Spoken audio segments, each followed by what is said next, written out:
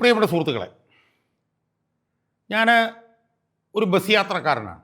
ബസ്സിൽ ഓട്ടോയിലൊക്കെ ആയിട്ടാണ് ഞാൻ യാത്ര ചെയ്യുന്നത്. അപ്പോൾ വീട്ടിൽ നിന്ന് പുറത്തിറങ്ങി വൈകിട്ട് വരുന്നതിന് ഇടയിൽ ഒരു 2 ഡസൻ തവണയെങ്കിലും ഒരു രാഷ്ട്രീയ നേതാവിൻ്റെ തല എനിക്ക് കാണാതിരിക്കാനാവില്ല. രാവിലെ ഇറങ്ങി വൈകിട്ട് തിരിച്ചു വരുന്നതിനിടയിൽ 2 ഡസൻ തവണയെങ്കിലും. കാരണം റോഡിൽ കൂടെ ആണല്ലോ യാത്ര ചെയ്യുന്നത്. റോഡിൽ കൂടെ യാത്ര ചെയ്യുമ്പോൾ സ്വാഭാവികമായി ഏറ്റവും കൂടുതൽ കാണുന്നത് KSRTC ബസ്സുകളാണ്. ഏത് KSRTC ബസ് കണ്ടാലും ആ ബസ്സിൻ്റെ 2 സൈഡിലും പുറകിലും, ഇപ്പോൾ മുമ്പിൽ പരസ്യം വെക്കാൻ കഴിയില്ലല്ലോ, അതുകൊണ്ട് വെക്കുന്നില്ല എന്നേ ഉള്ളൂ. 2 സൈഡിലും പുറകിലും നമുക്ക് അനിവാര്യമായി കാണാൻ കഴിയുന്നത് ഒരു രാഷ്ട്രീയ നേതാവിൻ്റെ തലയാണ്.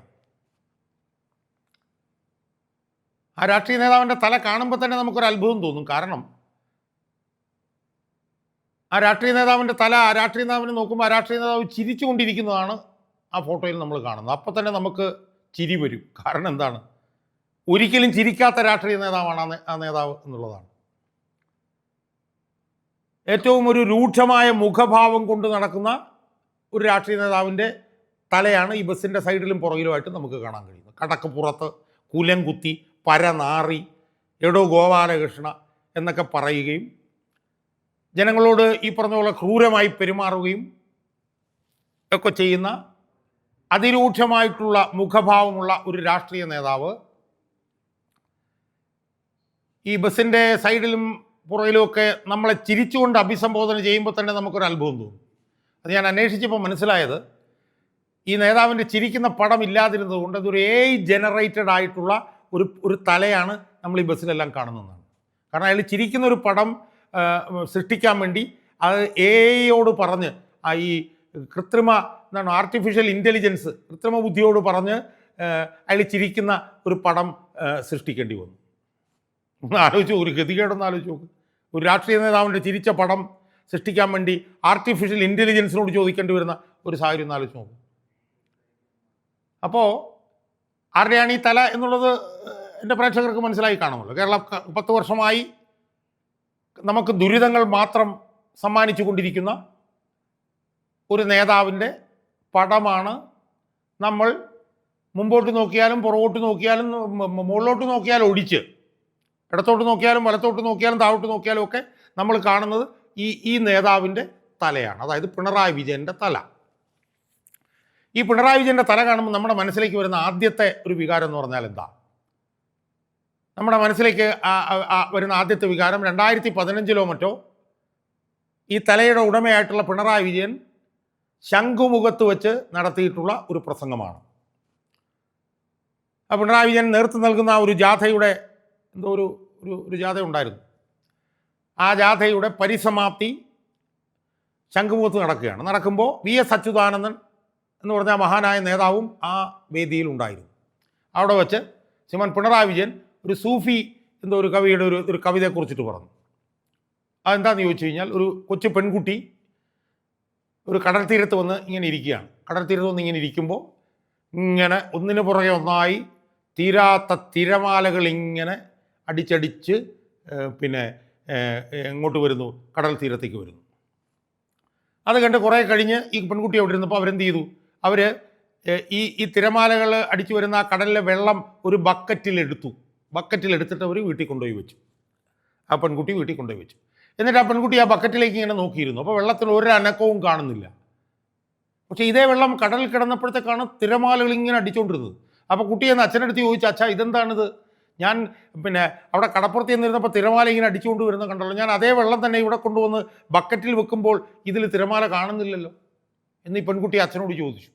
പിന്നെ അച്ഛൻ പറഞ്ഞു, മകളെ, ഈ വെള്ളം കടലിൽ കിടന്നാൽ മാത്രമേ തിരമാലയാവൂ. കടലിൻ്റെ മാർത്തട്ടിൽ കിടന്നാൽ മാത്രമേ ഈ വെള്ളം തിരമാലകളാവൂ. അത് ബക്കറ്റിൽ കൊണ്ടുവച്ചാൽ ആവില്ല. ഈ കഥ പിണറായി വിജയൻ VS അച്യുതാനന്ദനെ ഇരുത്തി പറഞ്ഞത് എന്തിനാ? VS അച്യുതാനന്ദൻ ഇരുത്തി പറഞ്ഞത് VS അച്യുതാനന്ദൻ നടത്തുന്നത് വിഭാഗീയ പ്രവർത്തനമാണെന്ന് കാണിക്കാനും, VS അച്യുതാനന്ദൻ ആകുന്നത് CPM എന്ന കടലിൻ്റെ മാർത്തട്ടിലുമായി ചേർന്ന് നിൽക്കുന്നതുകൊണ്ടാണെന്നും എന്നാൽ വി എസ് അച്യുതാനന്ദൻ ഒറ്റയ്ക്ക് വിഭാഗീയ പ്രവർത്തനങ്ങളിലൂടെ വലിയവനാവാൻ ശ്രമിക്കുകയാണെന്നും പിന്നെ സൂചിപ്പിക്കാൻ വേണ്ടിയിട്ടാണ് പിണറായി വിജയൻ ഈ സൂഫി കഥ വി എസ് അച്യുതാനന്ദനെ കൂടെ ഇരുത്തി 2015 മറ്റോ ശംഖുമുഖത്ത് വെച്ച് പറഞ്ഞത്. അതായത് ഒരു നേതാവിന് ഒറ്റയ്ക്ക് CPM വളരാൻ കഴിയില്ല. CPM എന്ന് പറഞ്ഞ കടലിൻ്റെ മാർത്തട്ടിൽ കിടന്നാൽ മാത്രമേ നേതാക്കന്മാർക്ക് പ്രസക്തിയും നിലനിൽപ്പും വളർച്ചയും ഉണ്ടാവുകയുള്ളൂ. ഒറ്റയ്ക്ക് കഴിയില്ല എന്ന് പറഞ്ഞ അതേ നേതാവിൻ്റെ മാത്രം തല, അതേ നേതാവിൻ്റെ മാത്രം തലയാണ് നമ്മൾ രാവിലെ മുതൽ പുറത്തിറങ്ങിയാൽ വൈകിട്ട് വരെ നമ്മൾ കാണുന്നത്. ഇത് എന്തൊരു ഇരട്ടത്തപ്പാണ് സുഹൃത്തുക്കളെ, നമ്മളൊന്ന് ആലോചിച്ച് നോക്കി. വി എസ് അച്യുതാനന്ദൻ നടത്തിയ പോരാട്ടം എന്തായിരുന്നു? CPMൻ്റെ ജീർണതകൾക്കെതിരെ, CPMൻ്റെ തെറ്റായ നയങ്ങൾക്കെതിരെ. CPM എന്ന് പറഞ്ഞ പാർട്ടിയുടെ മാർത്തട്ടിൽ നിന്നുകൊണ്ടാണ് വി എസ് അച്യുതാനന്ദനെ സമരം നടത്തിയത്. ആ വി എസ് അച്യുതാനന്ദനെ ഒറ്റയാൾ പോരാട്ടം വി എസ് അച്യുതാനന്ദൻ നടത്തിക്കൊണ്ടിരിക്കുകയാണെന്നും പാർട്ടിയുടെ പിന്തുണ വി എസ് അച്യുതാനന്ദൻ ഇല്ലെന്നും വി എസ് അച്യുതാനന്ദൻ ഒറ്റയാന് ഒരു പ്രസക്തിയുമില്ല എന്ന് പറഞ്ഞ അതേ പിണറായിയുടെ തല മാത്രമാണ് നമ്മൾ രാത്രിയും പകലും രാവും പകലും പകലും രാത്രിയും രാവും പകലും നമ്മൾ കണ്ടുകൊണ്ടിരിക്കുന്നത്. CPMൻ്റെ നേതാവ് പിണറായി വിജയൻ മാത്രമാണോ സുഹൃത്തുക്കളെ? CPM അല്ലേ പിണറായി വിജയനെ മുഖ്യമന്ത്രിയാക്കിയത്? CPMൻ്റെ പോളിറ്റ് ബ്യൂറോ മെമ്പറല്ലേ പിണറായി വിജയൻ? CPMൻ്റെ നേതാവായതുകൊണ്ടല്ലേ പിണറായി വിജയൻ മുഖ്യമന്ത്രിയായത്? കഴിഞ്ഞ 10 വർഷത്തെ നേട്ടങ്ങൾ എന്ന് പറയുന്നത് പിണറായി വിജയൻ്റെ മാത്രം നേട്ടമാണോ സുഹൃത്തുക്കളെ? അത് ഇടതുപക്ഷ മന്ത്രിസഭയുടെ നേട്ടമല്ലേ? ആ ഇടതുപക്ഷ മന്ത്രിസഭയുടെ തലവൻ മാത്രമല്ലേ പിണറായി വിജയൻ? ആ ഇടതുപക്ഷ മന്ത്രിസഭയിൽ വേറെ മന്ത്രിമാരില്ലേ? CPMന് തന്നെ എത്രയോ മന്ത്രിമാരുണ്ട്. MP രാജേഷുണ്ട്, KN ബാലഗോപാലുണ്ട്, മരുമകൻ റിയാസുണ്ട്, വീണ ജോർജ് ഉണ്ട്. എത്ര മന്ത്രിമാർ പിന്നെ CPMനുണ്ട്. അവരുടെ ആരുടെയും പടം നമുക്ക് കാണാൻ കഴിയില്ല. ആ മന്ത്രിമാരൊന്നും നമ്മുടെ മുമ്പിലില്ല. പിണറായി വിജയൻ മാത്രമേ നമ്മുടെ മുന്നിലുള്ളൂ. ചിരിക്കുന്ന ജനറേറ്റഡ് ചിത്രം. അതുകൊണ്ട് ഈ പൊട്ടന്മാരെ, ഈ പരസ്യ ക്യാമ്പയിൻ നടത്തുന്ന പൊട്ടന്മാരൊരു കാര്യം മനസ്സിലാക്കുകയുള്ളൂ. പിണറായി വിജയനെ എത്ര കൂടുതൽ കാണുന്നോ അത്ര കൂടുതൽ ജനങ്ങൾ ആ മനുഷ്യനെ വെറുക്കുകയേ ഉള്ളൂ എന്ന് ഇവർ കാണണം. ഇൻവേഴ്സ്ലി പ്രൊപ്പോർഷണലാണിത്.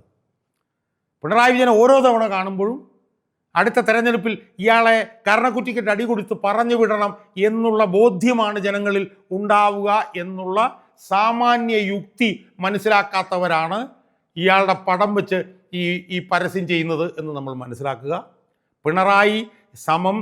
CPM സമം പിണറായി സമം CPM എന്നുള്ള ബോധ്യമാണ് പിണറായി വിജയൻ്റെ ഈ ജനറേറ്റഡ് തല കാണുമ്പോൾ ജനങ്ങളുടെ ഇടയിലും പാർട്ടി അണികളുടെ ഇടയിലും ഉണ്ടാവുക എന്ന് ഇയാളുടെ PR ക്യാമ്പയിൻ നടത്തുന്ന തലയ്ക്ക് വെളിവില്ലാത്തവന്മാരും മനസ്സിലാക്കിയാൽ കൊള്ളാം. ഇയാളുടെ കൂടെ ഇയാളുടെ മന്ത്രിസഭയിലെ കുറച്ച് മന്ത്രിമാരെ കൂടെ കാണിച്ചിരുന്നെങ്കിൽ നമുക്ക് മനസ്സിലാക്കാം. CPMൻ്റെ പിന്നെ ഇടതുപക്ഷ സർക്കാരിന് നേട്ടങ്ങളുണ്ടെങ്കിൽ ആ നേട്ടങ്ങൾ മുഴുവൻ പിണറായി വിജയൻ കൊണ്ടുവന്ന നേട്ടമല്ലല്ലോ. അതാ മന്ത്രിസഭയുടെ നേട്ടങ്ങളല്ലേ. ആ മന്ത്രിസഭയുടെ നേട്ടങ്ങളാണെങ്കിൽ ആ മന്ത്രിസഭയുടെ മന്ത്രിമാർക്കും ആ നേട്ടങ്ങളിൽ അവകാശമില്ലേ? അപ്പോൾ അവരുടെ പടങ്ങളും കൂടെ അതിനകത്ത് വെക്കണ്ടേ? അതിന് പകരം എല്ലാ നേട്ടവും ഇയാളിൽ കൊണ്ടുവന്ന് ചാർത്തിക്കൊടുത്ത് എല്ലാത്തിൻ്റെ അവസാന വാക്ക് ഇയാളാണ് എന്നുള്ള തോന്നൽ ജനങ്ങളിലേക്ക് ഉണ്ടാക്കാൻ മാത്രമേ ഇയാളുടെ ഈ തല കാണുമ്പോൾ നമുക്ക് പിന്നെ നമ്മുടെ മനസ്സിലേക്ക് ശക്തമായി വരൂ എന്നും ഇയാളെ കൂടുതൽ കാണുന്നതോടുകൂടി ഇയാളെ അടുത്ത ഏപ്രിൽ നടക്കുന്ന തെരഞ്ഞെടുപ്പിൽ അടിച്ച് പുറത്താക്കണം എന്നുള്ള ബോധ്യം കേരളത്തിലെ ജനങ്ങളുടെ ഇടയിൽ പൊതുവിലും പാർട്ടി അണികളുടെ ഇടയിൽ പ്രത്യേകിച്ചും ഉണ്ടാവുകയുള്ളൂ എന്നും ഉണ്ടായിക്കൊണ്ടിരിക്കുന്നു എന്നുള്ള അടിസ്ഥാനപരമായിട്ടുള്ള ബോധ്യം പോലും ഇയാളുടെ ഈ PR ക്യാമ്പയിൻ നടത്തുന്നവന്മാരുടെ തലയ്ക്കകത്ത് ഇല്ലല്ലോ എന്ന് ഓർക്കുമ്പോൾ ഈ പറഞ്ഞ പോലെ അത് വളരെ ദയനീയമാണ് എന്ന് മാത്രമേ പറയാൻ കഴിയുള്ളൂ. അതുകൊണ്ട് ഈ പ്രചരണം തുടരുക തന്നെ വേണം. പറ്റുമെങ്കിൽ KSRT ബസ്സിൻ്റെ മുന്നിൽ കൂടി ഇയാളുടെ 2 പടം വെച്ചാൽ നന്നായിരിക്കും. ഒരു KSRTC ബസ്സിൽ ഒരു 10-25 പിണറായിയുടെ തല എവിടെയെങ്കിലും തള്ളിക്കയറ്റാൻ പറ്റുമെങ്കിൽ അതും കൂടെ ചെയ്യുന്നത് നന്നായിരിക്കും എന്നാണ് എനിക്ക് സൂചിപ്പിക്കാനുള്ളത്. കാരണം അത്രത്തോളം തലകൾ കാണുന്നതോടുകൂടി അത്രത്തോളം എതിർപ്പുകൾ ജനങ്ങളുടെ മനസ്സിലേക്ക് തിരയടിച്ച് ഉയരും എന്നാണ് ഞാൻ ഉറച്ച് വിശ്വസിക്കുന്നത്.